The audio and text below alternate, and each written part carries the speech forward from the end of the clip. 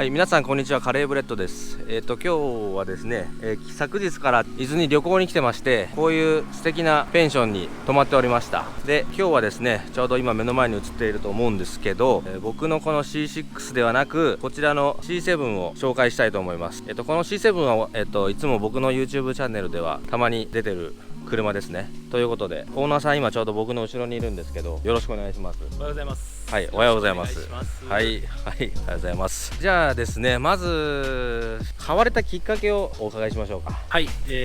私はですね、今年の4月までカレーブレッドさんが乗られてる C6、同じこの左のやつね、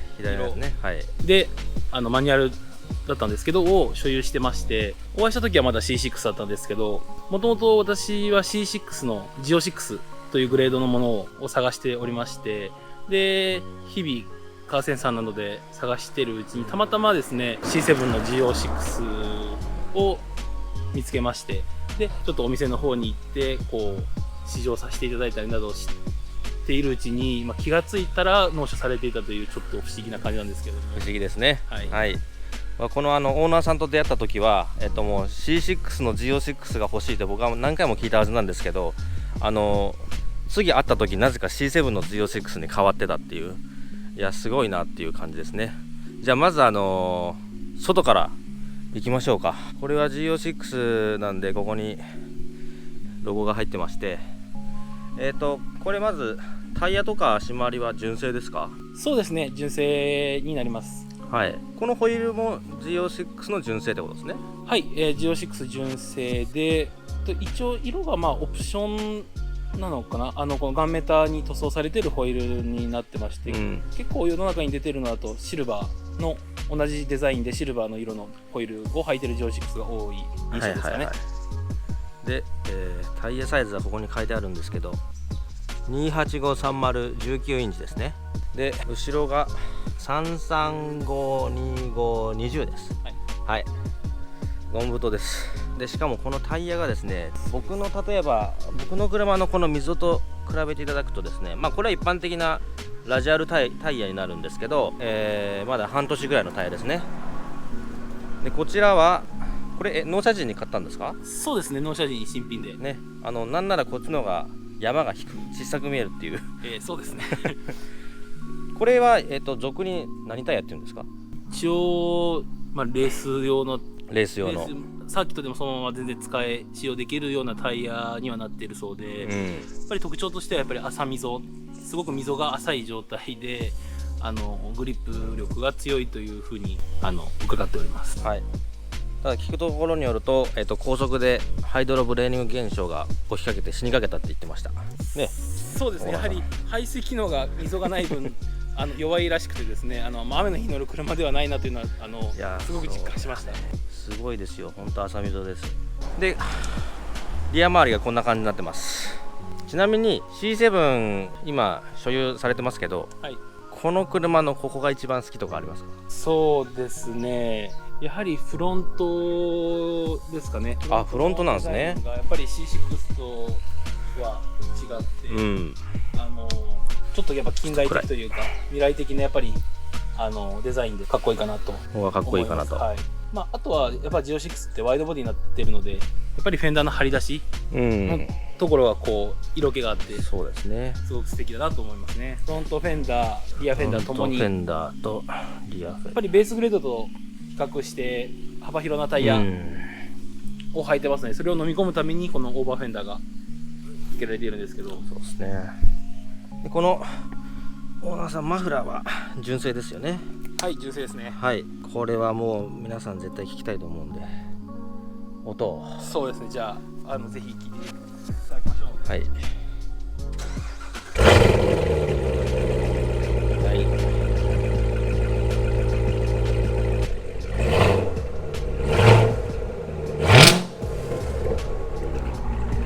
はい、皆さん聞きましたか？これが純正の音です。ちなみに、これは GO6 の純正のマフラーなので、普通のベースグレードって何て言うんでしたっけ？ベースグレードと、Z51 と GO6 の、一応3グレードが主な展開には、GR1 も含めるとあれですけど、展開になってまして、基本的にマフラーの形状だったりとかは一緒だとは思うんですけれども、で G51 と G06 には可変バルブでエキゾーストの中に見ていただくと分かるんですけど、バルブが外側2本についておりまして、バタフライバルブとかっていうんですかね。でモードセレクトに応じてバルブの開閉が行われて、音量や音質等を抑えたりという風にして可変バルブ付きのエキゾーストとなってます。いやいや、すごい音ですね。僕のこっちの C6 はボーラっていうところのマフラーが入ってるんですけど、もうなんならこっちの純正の方が音がでかいんじゃないかっていう印象は個人的にはあるんですけど。本当ですか？はい。やっぱでも同じコルベットでも音質がちょっと違いますね、若干。そうですね、僕もやっぱ乗り換えで同じくボーラーのマフラーを入れてたので、すごい実感してるんですけど、やっぱりちょっと吹き上がりとか音の乾いてる音がなんか C7 の方がするような印象を受けましたね。C7 の方がちょっと乾いてて、なんていうんですかね、C6 のボーラーって、吹き上がりのなんかキレというか、吹き上がりはいいですね。レスポンスがやっぱ全然違うなっていうのは思いました。C6 ちょっとゲロゲロって感じですね。そうですね、ゲロゲロ、特に車外吹き上がりも、吹き上がりもこう割と緩やかに、緩やかな、いい意味で大雑把というかアメ車というような感じで、C7 からやっぱりちょっとアメ車、もっとレーシーな感じですね。よりなんかこうレーシーな感じで吹き上がりとかなりましたね。あれです、エンジンルーム見ましょうか。はい。このエンジンはどういう名前ですか？LT4 という、エンジン形式になります。はい。この上に乗っかってるというか、これエンジンの上に乗っかってる形になるんですかね、スーパーチャージャーが。おそらくそうかなと思うんですけど、でもスーパーチャージャー入ってますけど、そんなに音はしないんですよね。そうですね、もうちょっとスーパーチャージャーのこう音がするのかなというふうに思ってたんですけど、でも乗ってる分には全然スーパーチャージャーの音は聞こえないですね。ちなみに今スーチャーがかかってるっていうのは分かるんですか、運転してて。そうですね、そのスーパーチャージャーのそのブースト系っていうんですかねの制圧になったところのそのメモリで今かかってるんだなっていうのはこう視覚的には分かるんですけど、体感聴覚的にはちょっとあんまり分からないですね。意外それだけちょっと自然とこうかかるっていう感じなんですかね。でもやっぱりね、皆さんこれコルベットといえばこのなんていうんですか、何開きというのかちょっと語彙が少なくて申し訳ないんですけど、僕の C6 もそうなんですけど、やっぱこういう風に開くのがコルベットでは特徴的かなと思いますね。はい、じゃあこれからですね、インテリアをちょっと紹介していただこうかなと思います。ということで、私がちょっと運転席に乗り込みます。よいしょ。ですね、まず実はですね、僕これ一回こちらの助手席にですね乗せてもらったことあったんですね。でまず僕の C6 と比べて圧倒的にこのシートがですね硬いんですね。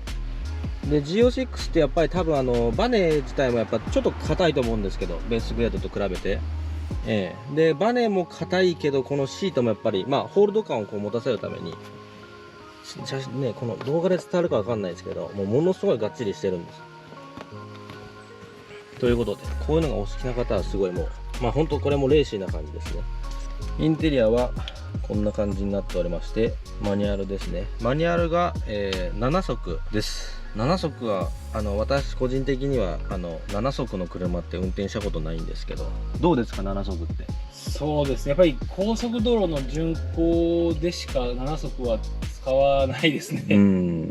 でも世の中で販売されている7速 MT を搭載している車ってなかなかポルシェだったりとか、このコルベット C7 だったりとか結構少ないと思うので、貴重な車に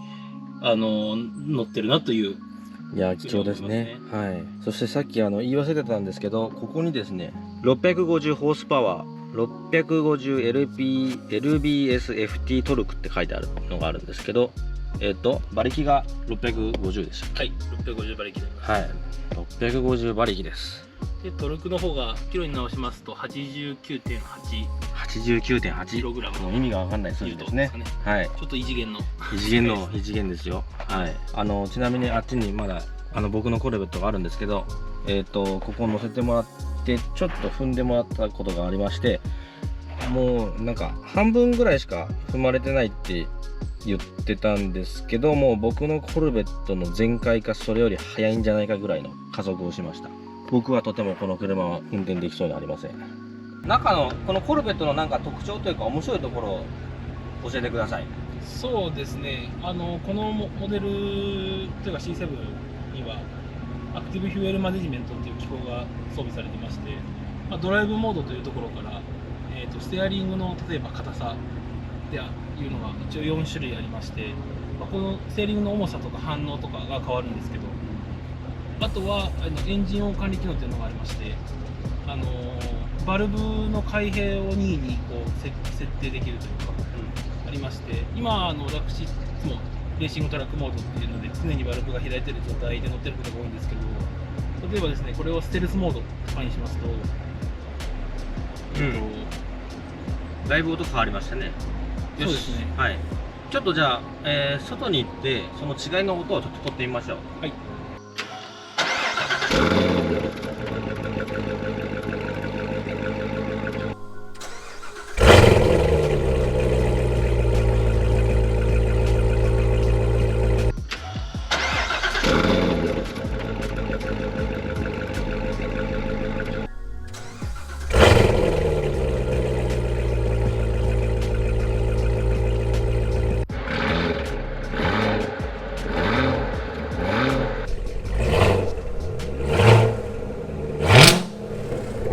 まずじゃあ、すみません、エコモードから。こちらの方にモードセレクトというものがありまして、これで、モードが切り替わるんですけど、ドライビングモードが切り替わるんですけど、メーターの液晶内にエコモードですと、このような、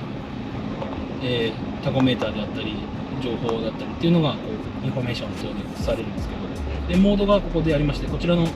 E という書いてあるところがエコモードなんですけど、これを